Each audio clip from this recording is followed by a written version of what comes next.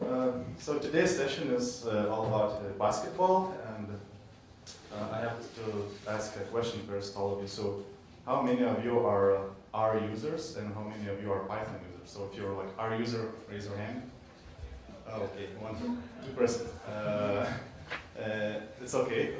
The workshop will be in Python, but the funny story is that I used R to win this competition, so I had to spend some time translating R code to Python code, and as you could imagine, the translation part is not so smooth as you could expect. But I did my best, and I hope you enjoy my workshop. So I want to ask, how many of you already have participated in the March Madness competitions before? So raise your hands. So one person. Great, it's good news. This March Madness machine learning competition is happening every year. It starts at the start of February. So in next week or two, the competition will start, and so I just hope that you will have a head start to participate in this competition and already know the best things that work in this kind of cases. So I'll just start off with let's say the overview page of the competition. It's pretty straightforward. So we just I hope I'm not too fast. So if I'm too fast, please raise your hand. I can talk more and be a little bit slower on my actions. So just Google Women's March Madness 2018, and we're like in our own homepage. So the most interesting part for us is evaluation. So what kind of evaluation metric that the competition is using? So we're using log-loss, and this is very convenient because all the models are optimizing log-loss in optimization procedures anyway. So no surprises here. Then what we have next is the format of the competition. So if you know a little bit about basketball, it is like a two-stage event which happens throughout many games in a year. So there's this called the regular season, and then this called the tournament season. So during regular season, teams are playing each other and like trying to win as many games as possible. And during the regular season, the best performing teams advance to the tournament stage. And in the tournament stage, each teams are like assigned to some opponents, and the tournament begins. So just to put this into action, I'll just Google, say NCAA bracket 2018, and let's see some images. So this is how it looks like. Sorry. We have teams on the left and on the right. So each team is assigned to this called division. Each division has 16 teams. So the tournament starts with 16 multiplied by 14. So 64 teams are in the March Madness event. And each team plays a predefined opponent. And as you can imagine, there are so many ways the competition the tournament could end, because if a team one loses and another team wins, there are lots of combinatorial combinations for that. And the Kaggle competition itself is all about, well, let's just predict all the possible pairs of teams playing each other in a tournament. So that if some specific game would be played, the Kaggle could score that match. And in total, there are about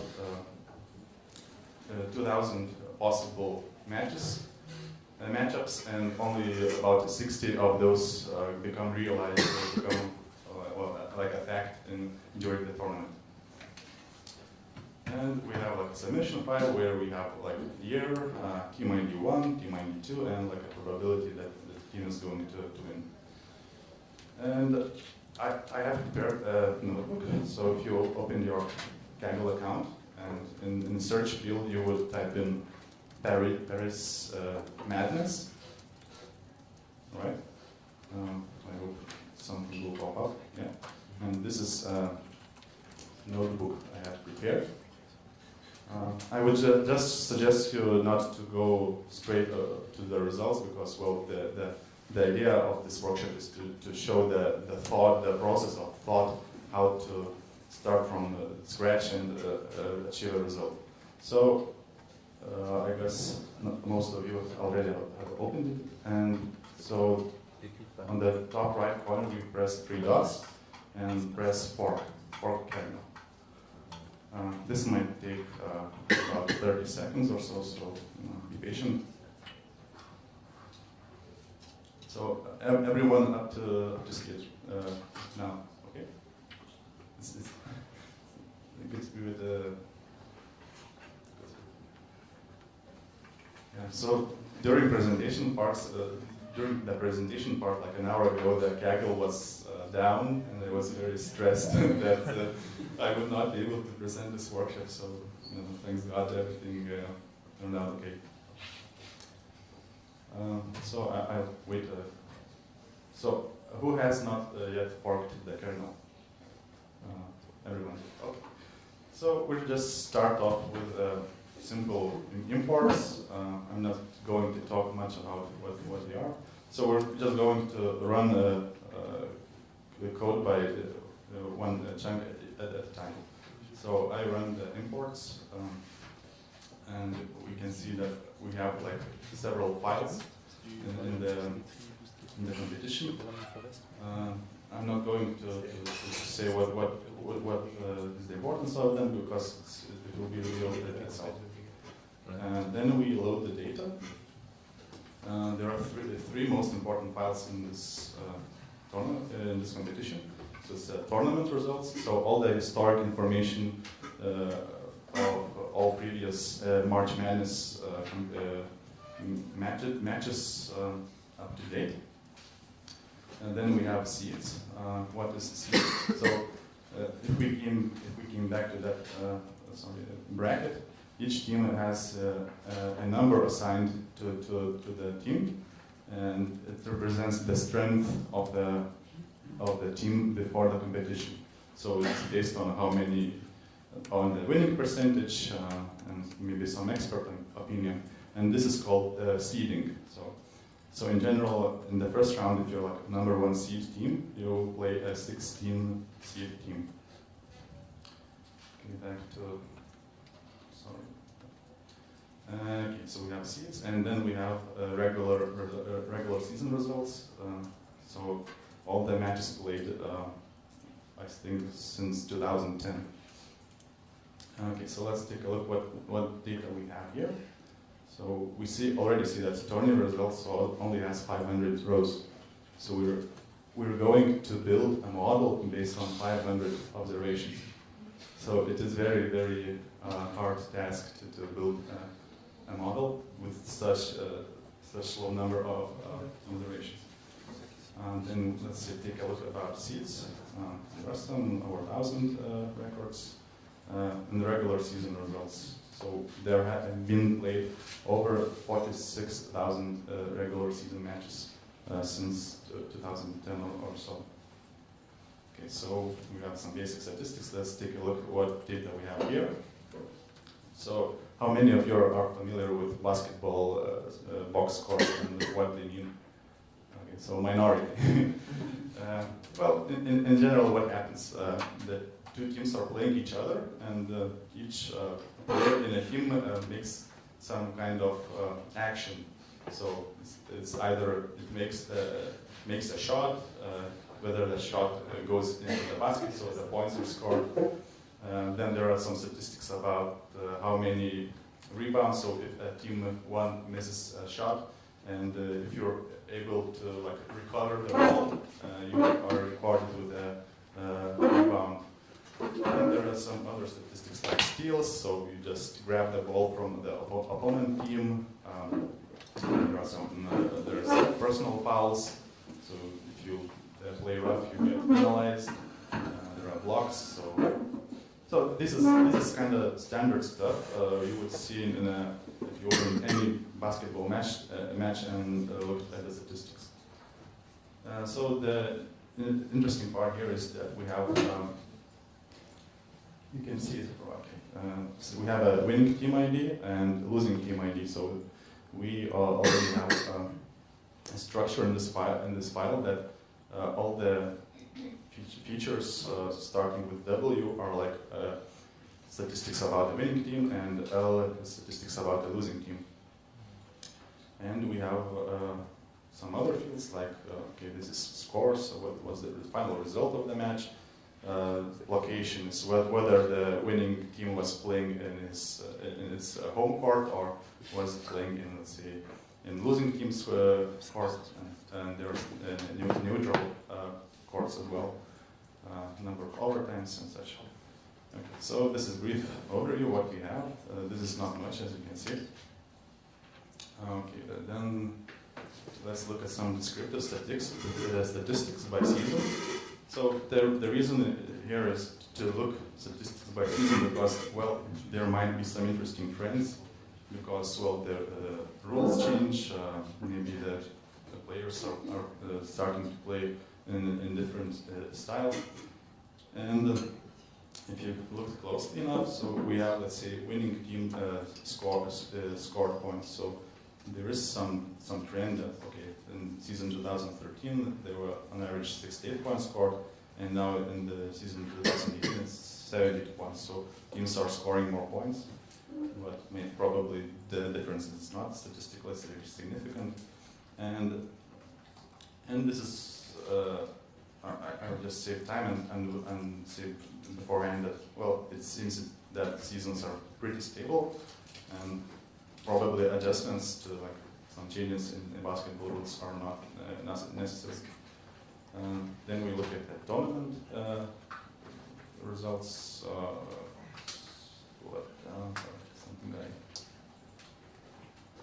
Okay, so in the tournament we can also see the trend that the winning team tends to score more points as the time goes by. I myself did not consider this an important fact, so just leave it as it is. And then we have CS file. So we have a season, we have a team ID, and we have a categorical information. So it's first letter represents the division of the team, and the other numbers represents the seed. And this is also critical information. So, as I told you before, we're going to predict the tournament results before any tournament game has even started. So, if we use tourney results information, all the statistics we have here, we would be able to build a perfect model. So, every statistics from the tournament games are irrelevant for us because we just cannot use them during prediction time. And just to double check if the structure of, let's say, regular season table and tourney results table is the same, we get the proving factor. So we can move on to the interesting part. So we have so far I discussed about raw data, so we need to somehow prepare the data for next steps. So let's see what columns we have. I already saved some time, and I just want to say that this is interesting data set because, well, we have a winning team and a losing team, and the data table structure is pretty clear. But this also allows us to replicate the data just by swapping teams by their positions. So we just say we have team 1 and team 2, and team 1 can either be losing and either winning. So if we have tournament result table with 504 rows, we can actually double it just by switching the team order in the table. So is this concept pretty clear for you? If not, I could. It's not clear. Okay. Okay. So just let's look at the regular results table, right? So we have winning team ID and losing team ID. And we have winning team statistics and losing team statistics. So what we can do here, we can swap the winning team ID with losing team ID, and all the statistics of winning team ID with losing team ID. So why this helps? So the outcome of the basketball match does not depend on how you present the data to the data scientist. So you can actually, oh, I don't know if it's clear enough. Just by swapping these kind of these two columns here and statistics here, you can replicate the data in the way that the outcome, the label of the basketball match has not changed, but you have doubled the data set you have. Okay, it can still be pretty unclear. Let's just go to the code. So what I made another, let's say, object, regular student results swapped. And what I did here, there's like original version of it, and so you can see this is losing team stats, and I actually put the winning team stats below losing stats. So I did this kind of column swapping. And we can actually see, sorry, I'm going to run this one.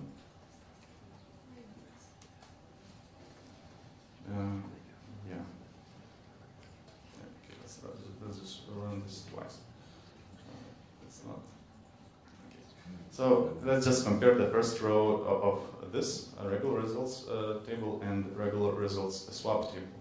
So here we have winning team 3103, and now it's in the position of the losing team if you compare the positions of the columns in this table.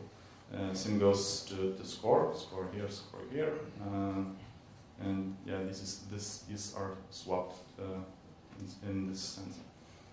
And at this point, we have two tables which are identical in the data they contain, but they have different column order. The last, okay, if you have questions, please ask, because I might be going too fast. Sorry for that. The last thing we need to fix is the location of the match, because when you swap the teams, so the home team now becomes away team and vice versa. So this is the operation we do here.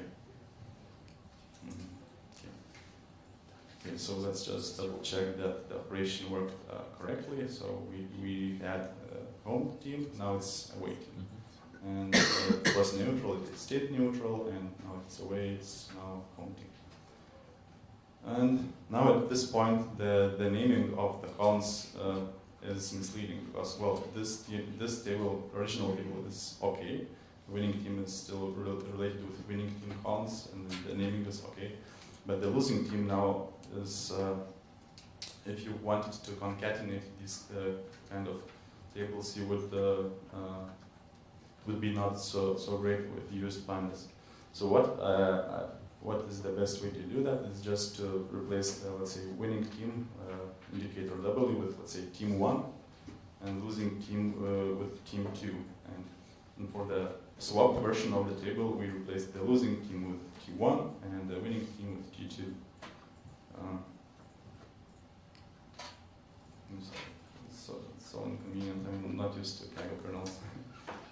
It's actually the first time I used them. So yeah, so what we did, we fixed the column names. So if you look now, we have identical column names, and we have the swap structure of the results. And now we can actually concatenate the results, because, well, the structure is the same. And I also did some sorting, so just to do the sanity check if everything that I've done so far is okay. So the first and second row represents the same match, and yeah, so we have team 1, it's here, and team 2, it's here. Okay, so there's a lot of mess in the code so far, so why we do not make a function of it which does this in a simple fashion. So again, prepare data function, declare swap the data frame, fix the locations of the match display, fix the column naming, and if you look at the data, we have one categorical feature. It's very good for us. So, it's a hard task to deal with them in some cases. So we just encode, encode the categorical feature to some numeric values, such as neutral to 0, home team 1, and away team -1. And finally, we want to make a column, which is a point difference. So what is the difference, what is the points scored difference of team 1 and team 2? So we have a function, and we apply the same function to both regular results table and tournament results. So as you see, the regular results table has doubled, tournament results table doubled as well, and it seems we have the same output as with this function as what we did for these intermediate steps. Yeah, so at this point we're ready with data preparation. We can actually move on to feature engineering part, which itself is very interesting, especially on such small data sets. Okay, let's look what we have in our only data columns. Okay, just to make a sanity check that we have column names in order. And what we do now next is, the idea is pretty simple. Let's use the statistics from the regular season games as features for teams playing in tournament games. So we just collect all the information about the teams in the regular season and freeze them for all the possible games that a specific team is going to play in the tournament. So all these statistics are called box scores. So I named them box score calls, and at this point I want to choose which box score statistics are important and relevant for the task. So if I used all the statistics available to us, I might be making too many useless features. So if you have a 1,000-row data set and make let's say 1,000 features, it's not going to work well, and you have to think about that beforehand. So as I'm coming from Lithuania, and Lithuania is very known for its basketball religion, so some of the statistics are I dropped using my prior knowledge. Well, in some sense, these kind of statistics have a correlation between each other. So let's say the ratio of successful shots made correlates with the opponent team rebound rate, because if you make less shots, the more rebounds the opponent team can get, and such. So this is original, all columns, and I'm only interested in this at the moment. So this is the area where you as data scientists have to work to decide which columns are useful. And now also I'm defining what kind of functions, aggregating functions I'm going to use. So you can use, let's say, mean, median, and standard deviation, min, max. So it's all up to you to decide which aggregating functions are okay. But at this point, you also have to keep in mind that the data set is small, the features have to be strong as it is, and if you make features, let's say mean and median of points scored, these are already, features already have high correlation between themselves, so this kind of correlation, intercorrelation between features, well, it is known in statistics. It's a problem. Let's say this term is called multicollinearity, and as interesting as it may sound, machine learning is also facing similar issues when you provide too many correlating factors. So okay, so let's just stick to the features I discovered, and let's do this aggregations. So we aggregate. Sorry, I did not run this yet. Okay, and we run this on season statistics. So what we have season statistics of, let's say, team 1 in season 2010, and these are some kind of statistic averages. And this is done by season because season by season, the players of a team changes because it's a university student league. So as you can imagine, you are not going to study in university for your whole life, and usually the teams consist of players who are in, let's say, 3rd or 4th year in their studies. So year by year, the team structure changes.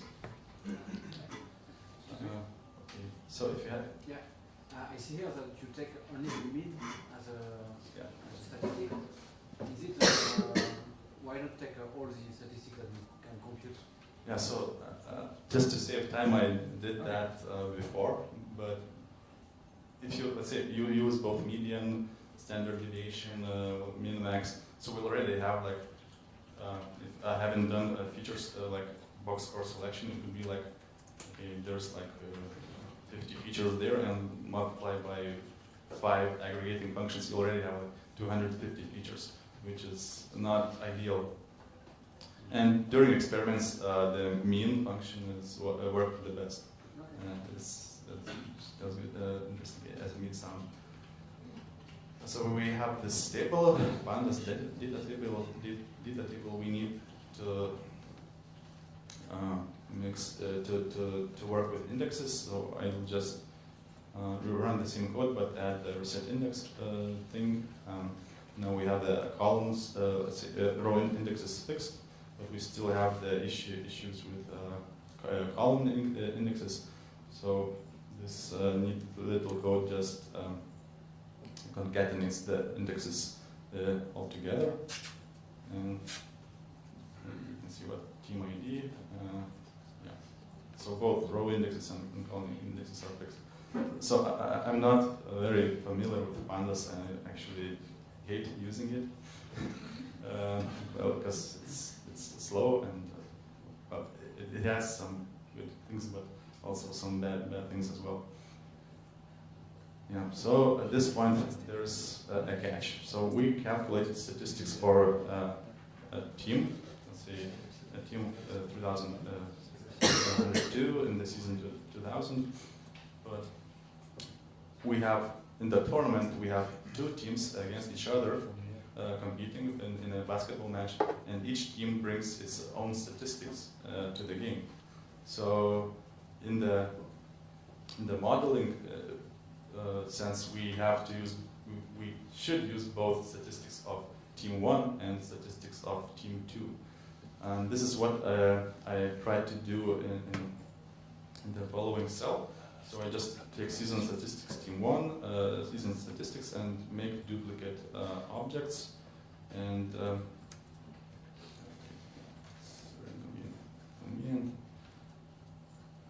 let's just run it to be easier for me to talk.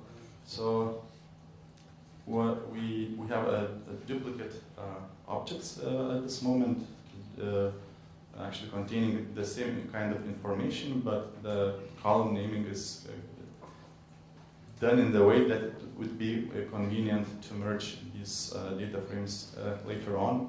So if we have a tournament data table, we have, let's say, team 1 and team 2. we just like do the merge operation twice with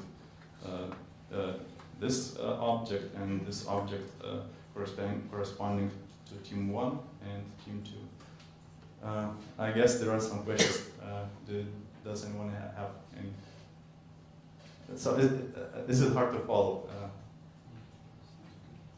Okay, so mixed reactions. I don't know how much time I have, so I haven't. So how much time I have? Half an hour. Okay, so we're going to make it on time. No problem. Okay, so well, we have season statistics frames. Then we have some. Okay, I will just run these two cells. As I told before, the tournament data box score statistics is not relevant for us because we don't have this kind of information in prediction time. So I just drop the necessary features for the convenience. And so at this point, this table here is our backbone for all the features we're going to append and use as a training data frame. So we have season, this is a day number, not relevant, team ID, team score, team ID, team ID, team score. And we're interested in like predicting whether the team 1 will score more points than team 2 in the upcoming tournament. Yes. So as I mentioned earlier, now we can easily concatenate some statistics information from the regular season, and there are lots of features here already. So team 1 has its, let's go slowly. We have team 1, we have team 1's average, let's say, box score statistics.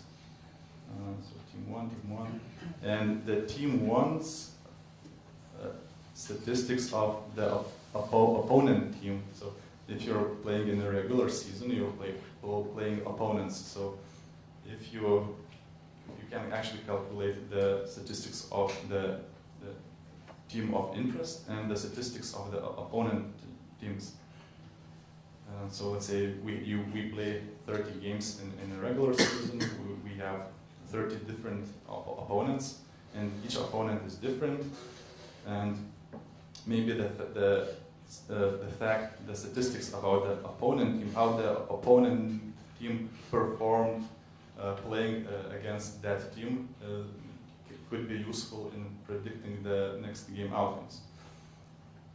It is confusing, I understand, but well, just bear with me. So we have team 1 statistics of team 1 and team 1 opponent statistics. Then we can also have that for the team 2 statistics and team 2 opponent team statistics. Yeah, this is well, now when I say it, it's so confusing. So in general, okay, we have team 1. We know that team 1 scored more points than team 2. So we have team 1 some statistics and some statistics about team 2. So it's not at this point. It's not so relevant what kind of statistics we have, but the principle is important. Then there comes some more interesting features. So what if we took, let's say, last 14 days of regular season and let's say calculate some basic features of that? Why I use the last 14 days? Because when you do the aggregation throughout all regular season, you might miss out on the importance that, let's say, during the last 2 weeks, the most important player of the team got injured or so, and this actually helps to somehow capture the effect of injuries just before the tournament. And so I use just a simple feature here. So what is the winning percentage of the team in the last 14 days? Run this as well. Okay, so we also did this for team 1 and for team 2, and also replicate the merging procedure for this data table. Okay, so this comes the trickiest part. So far we considered regular season statistics and statistics of last 14 days. But as we use all the data from regular season, so there are very good teams and very bad teams, and not all teams advance to the tournament.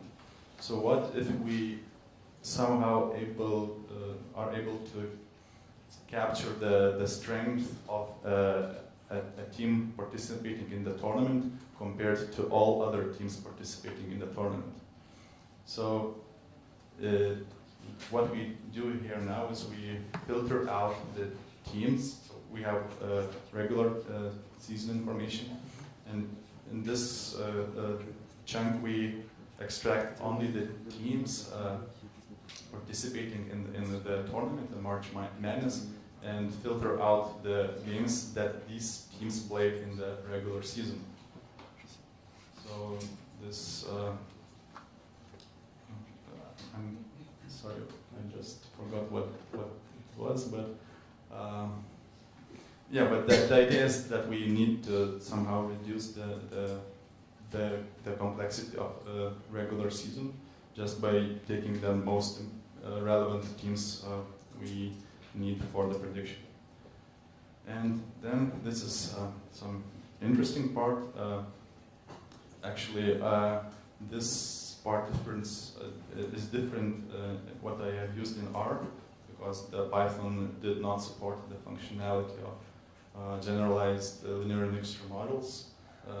So there is, I got a hint from a friend that I could just use, say, a generalized linear model, so it's like logistic regression using team IDs as factors. So let's say we have 60 teams in the tournament, and for each tournament game we assign a dummy variable, so whether in that row the team is playing or not, and whether the opponent team is playing or not. So we have like over 100 features, but all of them are zeros except for two features which represent the teams. And based on this assumption, we run a simple logistic regression, and we extract the coefficients from this logistic regression and say that, well, the coefficients represent the team strength in regards to the how teams played in the regular season. Again, this might be a hard concept to understand, but in general, we need a metric to measure the team's strength. And there are many ways of doing that. So actually, if you look at the Kaggle discussions and such, there are many different opinions how it should be done. And it is important. Okay, so we have team quality. Let's calculate the, okay, what I've missed.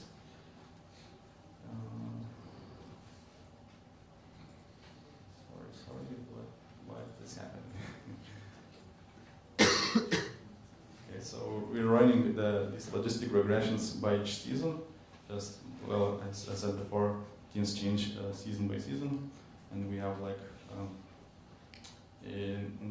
nine different logistic regressions.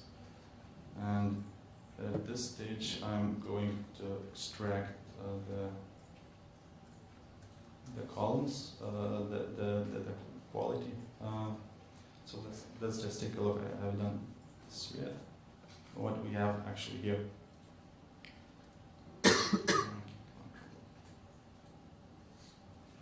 So we have team ID, we have season, and we have some numeric representation about team strength. So the higher the team strength metric, the stronger the team is compared to all the other teams participating. Well, how stronger this team is compared to the average team participating in the tournament. So if it's well, I don't know the interpretation at this stage. It's a number between 0 and infinity. And the strongest team tend to have the very, very high values of this quality metric. And again, we merged this information to the original data frame we had before. So we added a couple more features to our data frame. And the last thing that we have not used yet is a seeds table that I showed you before. And this is pretty straightforward. We want to extract the integer value of this column. So we extract that, do this the same procedure as before to the seeds table, and do the double merge to our data frame. So the other interesting thing that we can also add, like, see the difference as a feature to our data frame. It's optional, and maybe it's not too relevant, but let's just do this. Okay, so at this stage we are done with our data set. We have some features. I'm going to list out all of the features that we gathered so far in previous cells, so just name it as features. And we can see we have 45 features. So this number is quite okay for such a small data set. I think in my winning submission I used even less. It was close to 20 or 30. But at this point it does not matter too much because the idea is here. Okay, so I used XGBoost because, well, it's still a good option to use. And XGBoost is still a favorite in some competitions. You could also use like GBMs, random forests. At this stage, it's not very not important. So the model itself is not important. The important part will be after the, let's say, training. So we define our features. So we extract the features, make it into a NumPy array, and create the XGBoost object. And now comes the interesting part. So what I'm going to model here is a point difference, not, well, let's say, binary outcome that the team won or team 1 lost.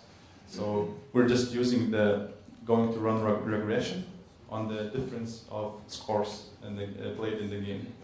And as it is a regression problem and all the default settings is like root mean squared error metric and such, and the XGBoost is like default setting is, well, that you're going to optimize root mean squared error.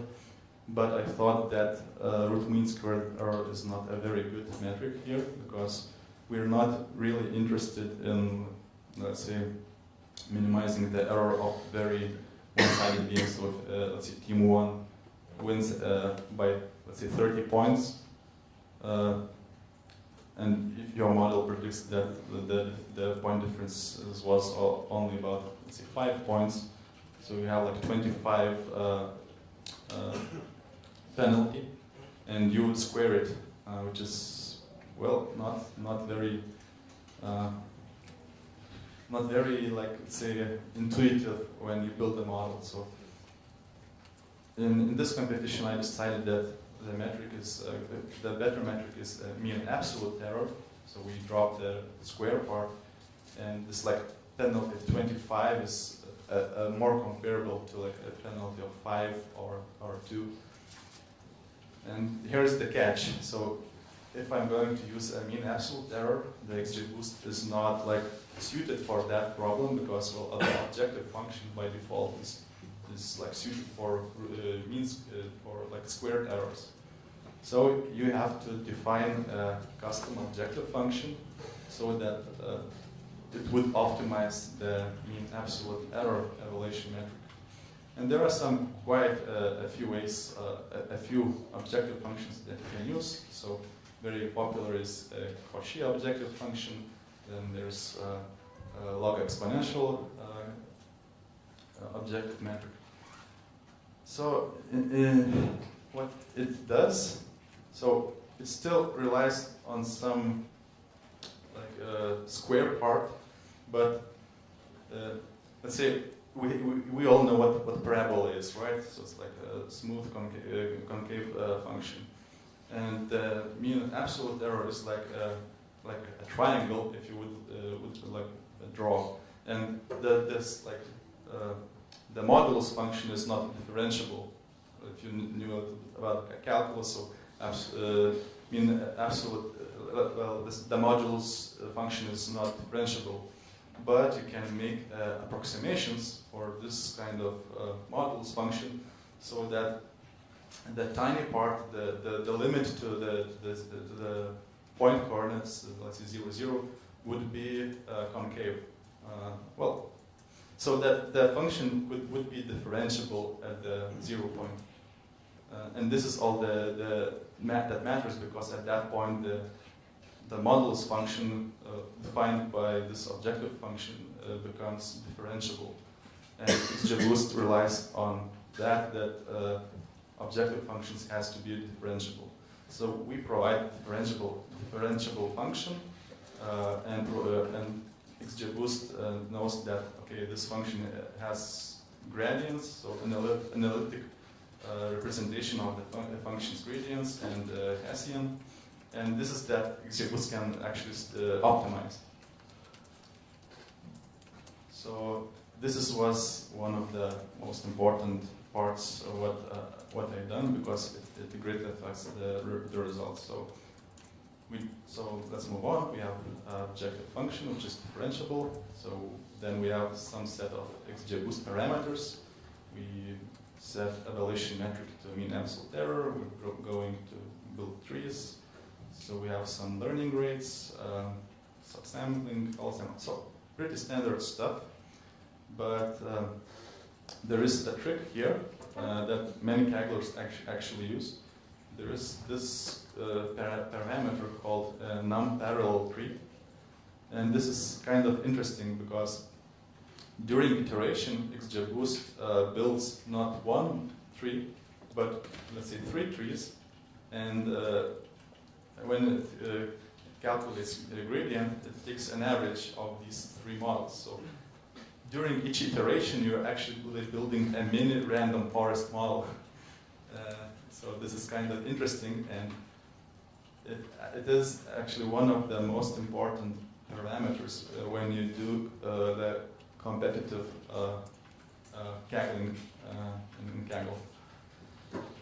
So usually 3 or 5 is enough. Well, because if you put, let's say, 10, it would mean that your model building would take 10 times as much if you only put 1, because you have to build 10 more times of models.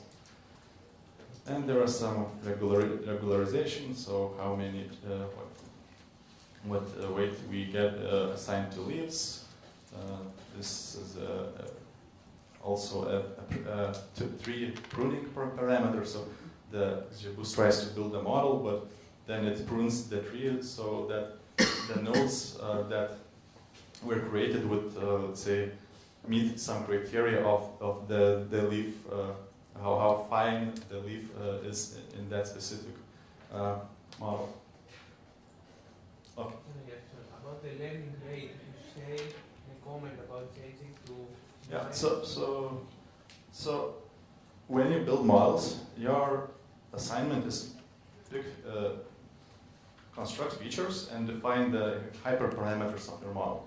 So what I have observed so far, that learning rate has very little effect to selecting the other hyperparameters. So when you're like tuning your model, you can actually use high learning rate, like 0.05 or even 0.1, 0.2. And in the end, when you end up with, let's say, other set of parameters, and you switch back to, let's say, much lower learning rate, you're also getting the additional boost to your score, because you used a smoother way to like approximating the data.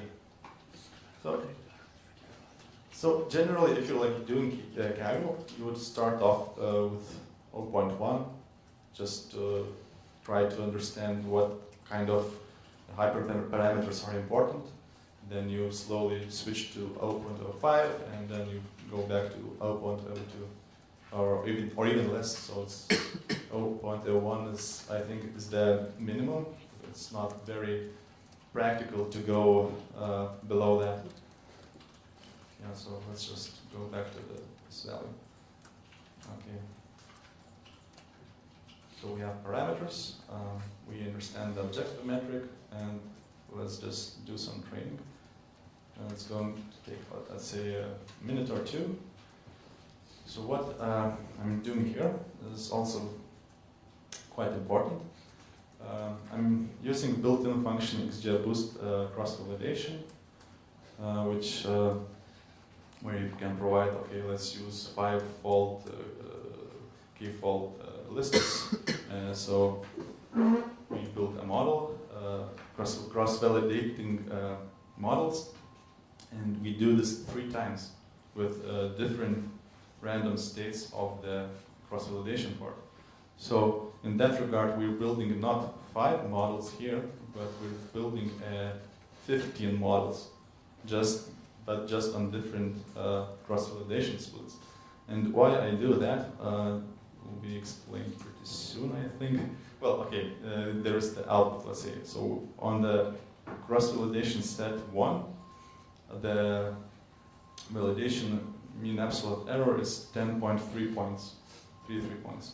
On cross-validation set 2, we have 10.32, and on the cross-validation set 3, we have 10.33. But here's the catch. For a model to reach this kind of metric, the number of trees is different. So let's say for cross-validation set 1, we have 177 iterations. The other one has 175, and the third one has 226. So depending on what cross-validation set you define, all other let's say outcomes from that is greatly impacted. And when you work with very small data sets, you want to make sure that the number of rounds you pick, well, is the optimal one. So in general, if you ran this, let's say 10 times, you would get the distribution of 10 optimal rounds for the XGBoost model, and you could say, okay, well, this distribution is that, and well, maybe we could use the average rounds from these kind of 10 experiments. Sorry? Yeah. So how do you use the information now? Like, do you do anything with the 3 numbers that you just... Yeah, okay, it will be explained soon. Now comes the interesting part where R is better than Python. So if you use xgboost.cv function, it does not return out-of-fault predictions. So if you know what out-of-fault prediction is, it is quite convenient thing to have when you run this experiment. So you already have like a vector of let's say values to all of the observations you have in a training data frame. And R supports this by default, and it returns that out-of-fault predictions. But Python version does not. So what I did is just I repeated the experiment with not XGBoost CV, but XGBoost train. Reused these kind of rounds for those also three times, just in order to get the out-of-fault predictions. Yeah, so maybe we should do that. Yeah, we run when we get out-of-fault predictions. And now I think this is the most important part to any, let's say, modeling with extremely small data sets. I consider this an extremely small data set. So if you plotted, let's say, how the winning percentage correlates with a point difference predicted. You would expect to have a smooth, let's say, relationship between point difference and the winning ratio, right? And what we have here, we have a very noisy curve. So if you had a very huge data set, the relation, it would be indeed smooth and increasing and monotonous. But for small data sets, it's a curse. And you have to do some kind of post-processing on that regard. So what I did in the competition, I ran a spline model, just trying to fit the best spline on that curve. And that spline itself will be a function from predicted score to predicted to the probability of winning the match. So we have here a spline model. I think it's from SciPy. It runs a univariate spline function where you provide, say, predicted scores, and then you provide the actual results. So at this point, I'm switching back to the probabilities. So this is predicted scores, and this is a fact whether team 1 has won the game or not. Okay, so let's just run the splines, and now we can see the first results of our model. So it's a log loss metric where I talked earlier. So we have 0.42. Let's say open the leaderboard at the moment. So as you can see, the 0.42 on cross validation seems reasonably good. Well, let's see, in the same ballpark. Okay, so let's see if the splines worked as intended. Okay, we see some monotonous function. Well, as it's spline function, it has no restrictions of like upper bound and lower bound. But in general, it looks okay, and it is okay. Okay, so what is here? Okay. Sorry, guys.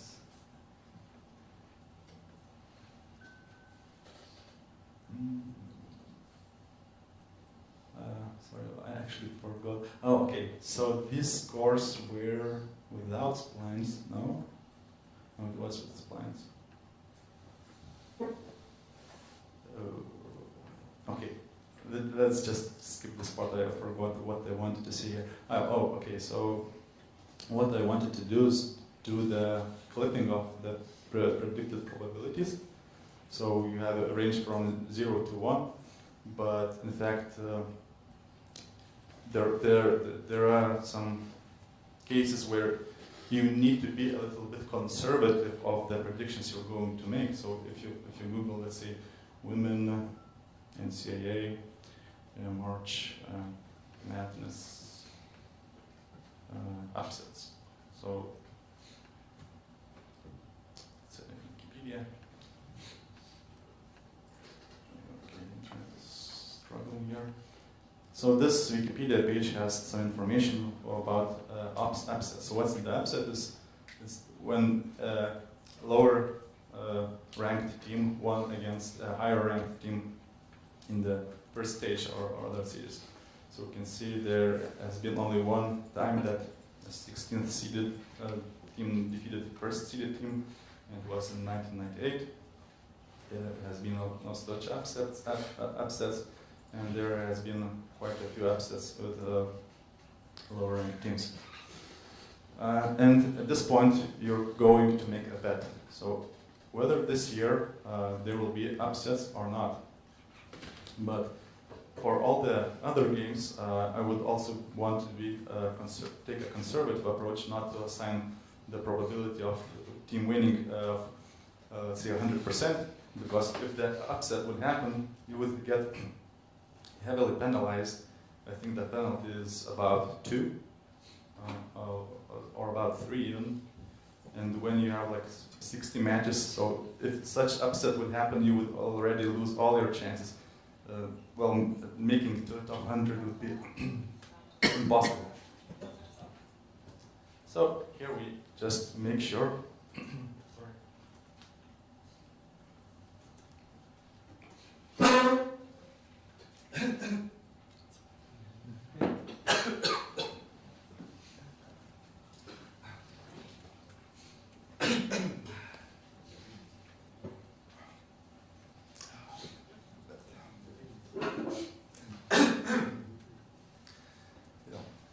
Sorry for that.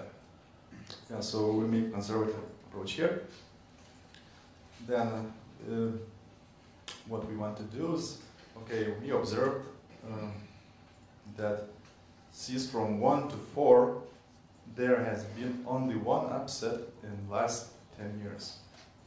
So now, as there has been only one upset, you have to make a decision. Is it going to be this year that this upset is going to happen? And well, I decided that this is not the year, and actually hard-coded the probabilities that, okay, all the teams who are ranked 1 to 4, and if they play team 16 to 30, they always will win in the prediction time, and vice versa if you have the other way around. And let's just run and see what we have. Wow, okay, so we had 43 log loss, and now we use the information about the upsets, and the log loss dropped. And there has to be a reason for that. So I ran a simple script that's just to select, just to see what these kind of upsets appear in the data set. And we see, okay, season 2012, some team lost by 6 points. So I will go back to the upsets table, and here it is. So this team made an upset, and we have this in our data. Okay, it's over here. So I will just assume that this year is not the year of upsets, and instead of just validating on the whole validation set, I'll just use I'll drop the upset from the validation part, and here we can see the results. So we started off with 0.43. We added the prior knowledge of that the higher ranked teams would probably always win, and then we adjusted our validation by dropping that one single observation from validation. So we end up with 0.41 cross-validated log loss. And in the end, what we're also going to do is just to make it more informative, so you're both interested in the overall log loss values and the log loss values by season, because in the end you want to get good scores here, but also want to minimize the variance by season. And when you actually try to build features, test them, you are more interested in this part than this part. So let's say our goal here is to, let's say, probably minimize the 2016 year log loss value, because, well,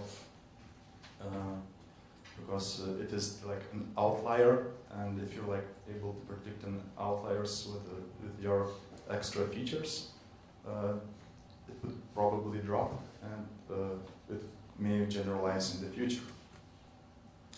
Yeah, so we're going to the final cells. We just run the submission file. So this was provided by Kaggle. We extract season, team ID 1, team ID 2, manage all the features we have made so far in the previous cells, create a testing object of XGBoost, and run those three models, three model predictions on the testing set.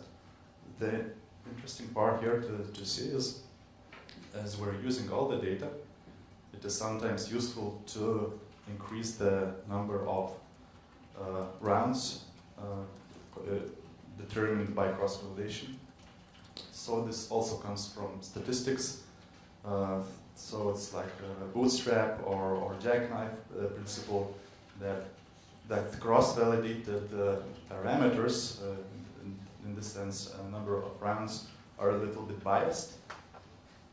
Also have lower variance. So there's a bias variance trade-off when you do cross-validation, and when you want to reply to the when you train on the whole training set, you have to compensate for the bias. Well, this is the thing that most of the Kagglers do, and actually I tried it in my daily work.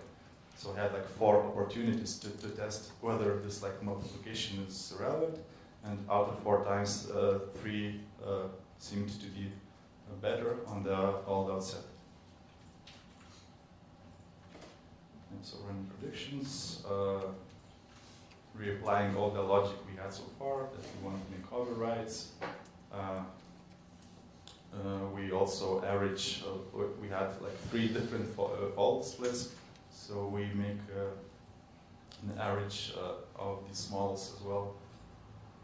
And here we have, so this is the, let's say, submission file, and as we already know the results of the last year's competition, we can actually test the model results. So in the end we have 0.411, and if we looked at the leaderboard, so 0.411 would place at 3rd position in last year's competition. So it's not the first place solution, but as I had to tweak our code to work in Python, I think it's a decent result. And the interesting part is, well, you would say that I might be lucky, right? So I found the right features, we had a thought process, maybe I just got lucky. So if we looked at, let's say, NCAA 2007, men Kaggle competition. Sorry, this is 2018. Okay, this one. No. Okay, I cannot find it. Well, the idea is that I used exactly, well, almost the same code that I told we talked today, and I placed like 20th place in the year before. So the approach itself is quite robust. And well, if you played around a bit and tried to tweak some parameters and such, the final result would be in the range of 0.40 to 0.43. I was not able to get worse result than 0.43. So with 0.43, you would still be in a top 20, I think. Yes, it would be even well, at least top 20, I think. Good result already, I think. Yeah, and for those people who are using R, I have a GitHub repository called NCAA Women 2018. My nickname is Pakiras. It's like, it was, my radar was reserved, so I just picked another one. And it has a clean version of the code we have observed in this workshop. So I think I'm over the time limit, right? No? There's some time for the question. Right, nice. I haven't prepared so we're done. If you have any questions, please shoot. And I really hope that, well, the competition of 2019 is going to start next week or the next 2 weeks, so that all of you would participate and try to, let's say, make changes of this code, and all of you end up in, let's say, top 50 at least. It would be great to see this to happen. Okay. Questions?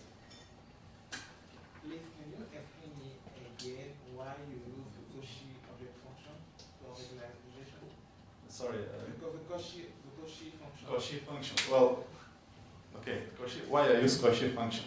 Well, XGBoost by default optimizes squares of errors, and in my model, I'm interested not in squares but in models. So it's like this operation, and this is not supported by default in XGBoost. So we have to make a custom function which would optimize the models function, and that Cauchy objective function does that. And so these functions Yes, you can use it. So if you you meet a problem where you need to have mean absolute error as metric, I would definitely recommend using Cauchy function. So maybe. I did not quite get, you use the logistic regression to get the weights, to get the team ratings, so to say. I did not get the procedure right. How did you get up, ended up with one number?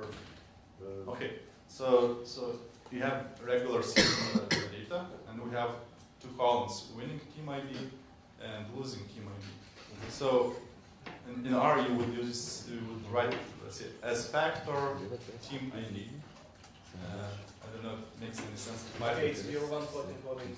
Yeah, so one button encoding all the team IDs of team 1 and team 2. And you're predicting the win. Yeah, and you're predicting the win. And then you get the probability, and Yes. that's your score. Yes. Okay. Great. I might fix that. You get the probability, but the probability is not the important part. The important part is the coefficient to the dummy feature. Okay. Yeah, just the overall approach is basically you do feature engineering and you use XGBoost to predict. Yeah. And then you use a spline function to fit that XGBoost to make it like more reasonable. Yeah. And use the spline function to predict for the final prediction. Yes, that is the case. So. Okay, so back to the parameters combination, I wonder is it based on the experience guess? Because I always have a problem to set up the combination. Okay, I can talk about this for like a few minutes. Just I want to come back. Okay, so you were asking how I find these parameters, Yeah, right? how do you find the combination? Okay, so there is well, I classified these parameters by importance. So the most important parameter is depth, max depth, and it has a correlation between the number of observations you have and the complexity of the model. So usually, if you have more data, you can build deeper trees, but when you have low amounts of data, you stick with lower depths. And in general, this is the most important thing. Then second by importance is learning rate, and third by importance is gamma, in my mind, because gamma is very strong regularization parameter, and it might be useful in some noisy data as such. Okay. So basically, it's a combination of experience and like guessing, and then trying to tune it like one by one, and trying to see if it helps or not. So in that regard, in that part, I spent quite some time, not too much time, but I spent quite some time like running 100 or 200 experiments with different sets, and just picking the one that seems reasonable.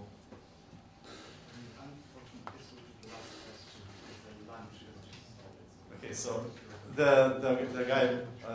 Okay. Why did you decide to treat it as a regression problem? Why didn't you just use log? I tried that. Well, I actually participated in 3 competitions. So 2016, 17, and 18. So in 2016, I treated it as a binary problem, and it was a huge failure. I think I finished last or second to last, something like that. And I saw that the winning solutions were using differences, and well, and it actually worked